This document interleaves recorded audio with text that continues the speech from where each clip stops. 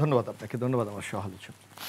এখানে সবাই পররাষ্ট্র সচিব ফয়েজ ভাই অত্যন্ত চমৎকারভাবে বলেছেন কিছু কি ঝুঁকি আমাদের মধ্যে আছে অথবা আমাদের বাংলাদেশের কি করণীয় আমাদের। কিন্তু আপনি দেখবেন এখন বাংলাদেশে কিন্তু কোনো পার্লামেন্ট নেই, অর্থাৎ কোনো জনগণের প্রতিনিধি কিন্তু নাই, যার কারণে রাজনৈতিক দলগুলি কিন্তু এখন জনগণের কণ্ঠস্বর। তো এই এমনি ধরনের একটা করিডোরের ব্যাপারে সিদ্ধান্ত নেওয়ার ক্ষেত্রে মনে হয় রাজনৈতিক দলগুলির মতামত নেওয়া প্রয়োজন ছিল। কিন্তু আমরা দেখছি যে প্রায় রাজনৈতিক দলগুলি বলেছে তারা অন্ধকারে কিছুই জানে না। এখন আপনি দেখেন অটোমেটিক আমাদের মিয়ানমারের সাথে আমাদের কিন্তু রোহিঙ্গা নিয়ে একটা ব্যাপক সংকট চলছে এবং প্রায় 16 লাখের মতো রোহিঙ্গা এখানে আছে, যে এটা আমরা কোনো সমাধান করতে পারি না।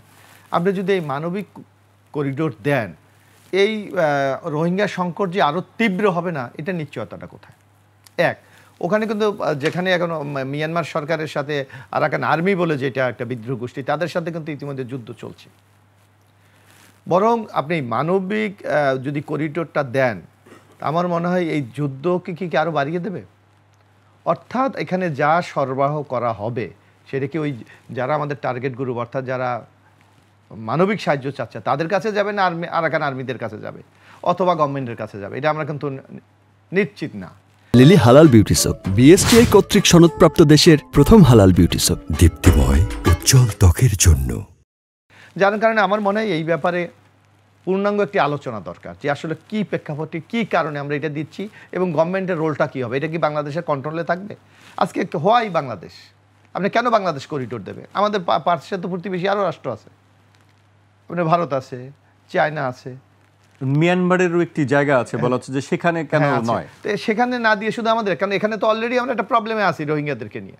সুতরাং আরেকটা জিনিস দেখবেন, আমরা যেটা সবসময় ছোটোবেলা থেকে দেখি যে এই অঞ্চলটা একটা সন্ত্রাসী গোষ্ঠী এবং একটা মাদকের রুট কিন্তু এখানে এইটা যদি এবং তারা খুব স্ট্রং, আমরা জানি তাদের আলাদা বাহিনী আছে, আলাদা বিমান আছে, এরকম কিন্তু সেই সন্ত্রাসী গোষ্ঠী মাদক ব্যবসায়ীদের কাছে আছে। এই করিডোর কি সেই ক্ষেত্রেও সেই নিয়ন্ত্রণ কি আমাদের থাকবে কিনা, এটাও কিন্তু একটা ইম্পর্টেন্ট ব্যাপার। সুতরাং আমার মনে হয় এটা একটা বিশদ আলোচনা দরকার, রাজনৈতিক দলগুলির মতামত দরকার। শুধু তাই না, জনগণকে এটা অবহিত করা দরকার। কারণ আপনার যদি এখানে কোনো সংকট তৈরি হয়, সেইটা আমরা মোকাবেলা কতটুকু করতে পারবো বাংলাদেশ, সেইটাও কিন্তু একটা বিরাট ব্যাপার। আর এখানে ইন্টারন্যাশনাল নানা খেলা তো এখন এই সাউথ এশিয়াকে নিয়ে চলছে জিও পলিটিক্যাল কারণে। সুতরাং আমার মনে হয় যে এটার কিভাবে এটা বাস্তবায়ন হবে, এটার শর্তগুলি কি, রাজনৈতিক দলগুলির সম্মতি আছে কিনা, আর হঠাৎ করে এই মানবিক করিডোর কেন, এর জন্য কোনো এটার একটা দীর্ঘমেয়াদী কোনো পরিকল্পনা, এটাও কিন্তু আমাদের অনুধাবন করতে হবে।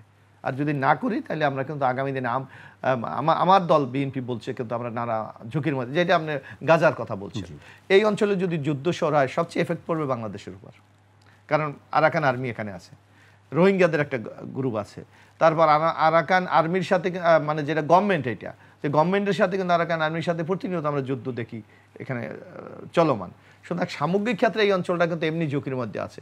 তাহলে আমরা কি আরও একটা ঝুঁকির মধ্যে বাংলাদেশকে টেনে নিয়ে যাচ্ছি? এই চিন্তাটা কিন্তু আমাদের সবচেয়ে বেশি করতে হবে।